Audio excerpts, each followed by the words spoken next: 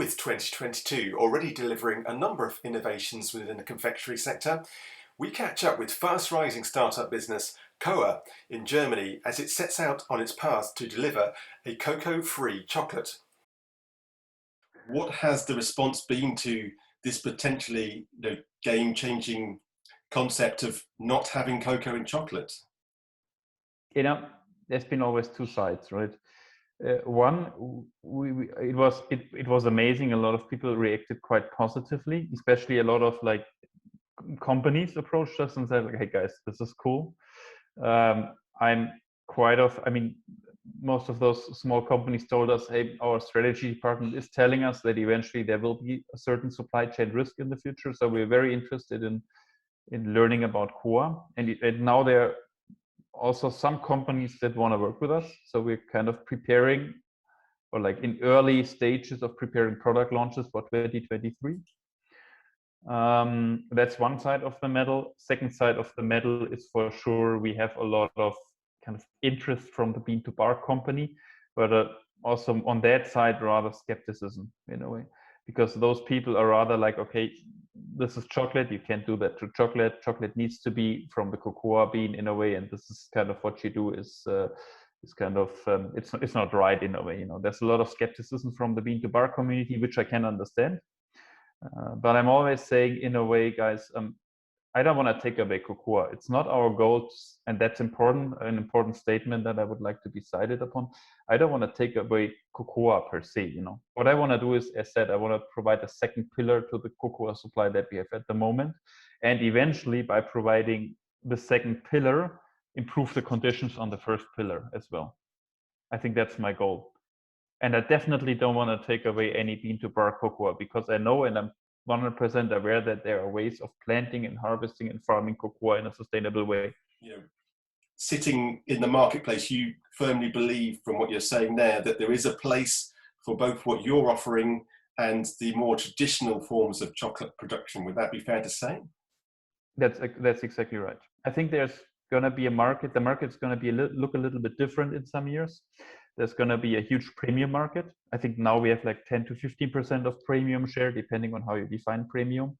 I think that market segment is heavily growing, and a lot more people will be aware of what they buy, and premium will grow a lot. I think that's everyone's aware of this. And I envision that 45, 50% is going to be premium in the future, and 50% is going to be still mass market chocolate. And in this mass market chocolate domain, we're going to provide a very, very sustainable and very efficient alternative. Fantastic stuff. And as I understand it, you've started a business. It's with your sister, who's also a fellow scientist. So how challenging was it starting up with your sibling there? Did it help having someone who you're close to in developing your business? I think it's amazing to start with your sister or with siblings. I can highly recommend that, because you know each other. I mean, I know my sister since 32 years, right? And after 32 years, you've been through some situations together, right? And you know how to discuss and how to fight also. And I think that always helps, because one of the main reasons for founders' conflicts in startups are kind of things that you don't talk about, right? You don't talk about things, you don't discuss about them, and that's leading to a certain very difficult situations in the future. And my sister and I, we're starting discussing right away, and we know how to discuss and fight, and then we're good again. And I think that helps us. So in a way, our baseline is that we always use byproducts of the food industry or food products that are undervalued as base materials, and then provide an upcycling process.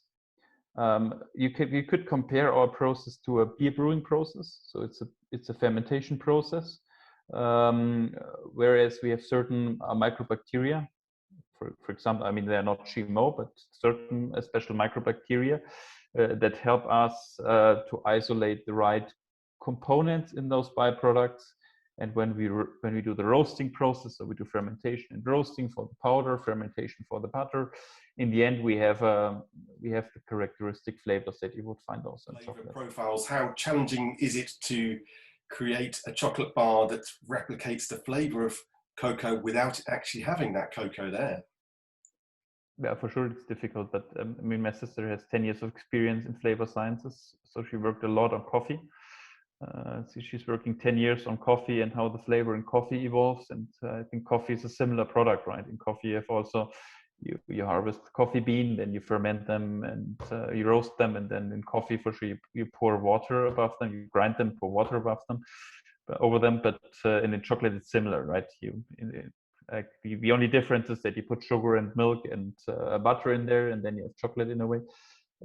So a lot of the knowledge that she gained while during her last 10 years is kind of helps us to be quicker there. But still, it's very difficult. As a baseline, for sure, we investigated kind of the flavor profile of raw cocoa beans, roast cocoa beans, and of chocolate as is. So we know in each step how those flavor profiles evolve, and by that can more easily adapt the process. Just coming back to the sustainability credentials of it there, I know from what you said earlier that it wasn't initially developed with sustainability in mind, but given that we've just had the COP26 climate event here in the UK, what do you believe are going to be the key environmental benefits of developing chocolate ranges through processes such as yours? I mean, QOA is vegan for sure, right? So we're gonna for sure substitute milk by a vegan alternative, but that's only a small portion. The big portion is coming actually through the fact that we are substituting like chocolate that is made from cocoa beans, which are planted in places where rainforest has been, right? So what we are going to do is we are eliminating land use change, we are eliminating deforestation. That's the big impact that we do. And we eliminate that by using local byproducts. So we take byproducts that do not depend on deforestation, that do not depend on blowing down millions of hectares of rainforest. I think that's the main thing. And by that we save a lot of sea stock, so carbon stock that can be stored there. And as I said, I'm aware. A lot of listeners will quote me on this. I'm aware that there are a lot of ways of planting cocoa in a sustainable way, in a shaded way, in a natural way, in a bean-to-bar way. This is not the stuff that we're targeting. We're targeting the cocoa that is planted under the sun and involving deforestation. And if we can mitigate this or like really destroy this way of farming cocoa, I think we can, we make a big dent. So are you hoping to grow organically over the next year or two to employ a greater number of people so that you can manage your operations for a global scale?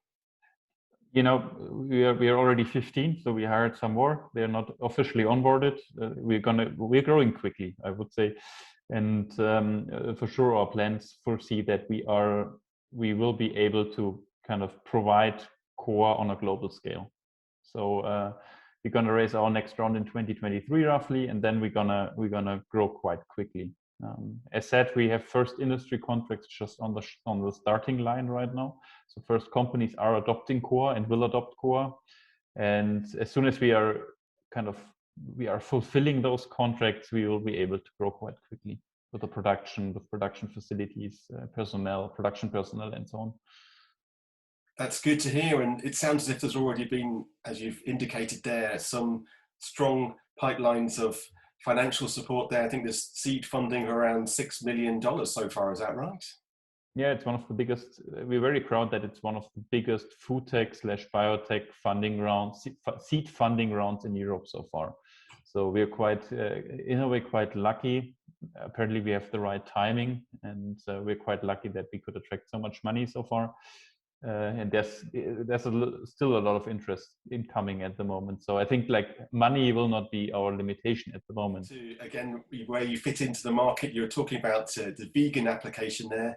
Have you been surprised at all at the growth in this market over the past few years? Definitely. I mean, it's amazing. It's amazing to see that the rising awareness of people for vegan products and for products without animals. And I think that rise is also showing us that the time is just ripe for products like cocoa. And I think compared to vegan chocolate, we're just putting another level on top of this in a way with our cocoa. And it's just the logical advancement of vegan chocolate, I would say.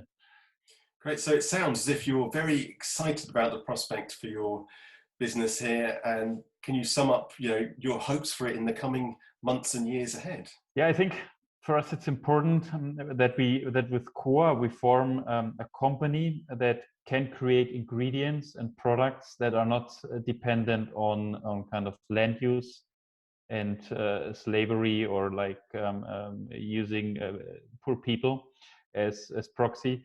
I think what we want to do is we want to kind of leverage technology and latest advancements to produce products that are highly sustainable and highly available and future proof. And I think like my wish for the company would be that by 2030, 2035, we will be able to substitute a big chunk of mass chocolate with QOA. I think that's my wish. And I'm really open to discuss any product application for the moment, and see kind of who's the early adopter in the market and who's willing to try out QOA first.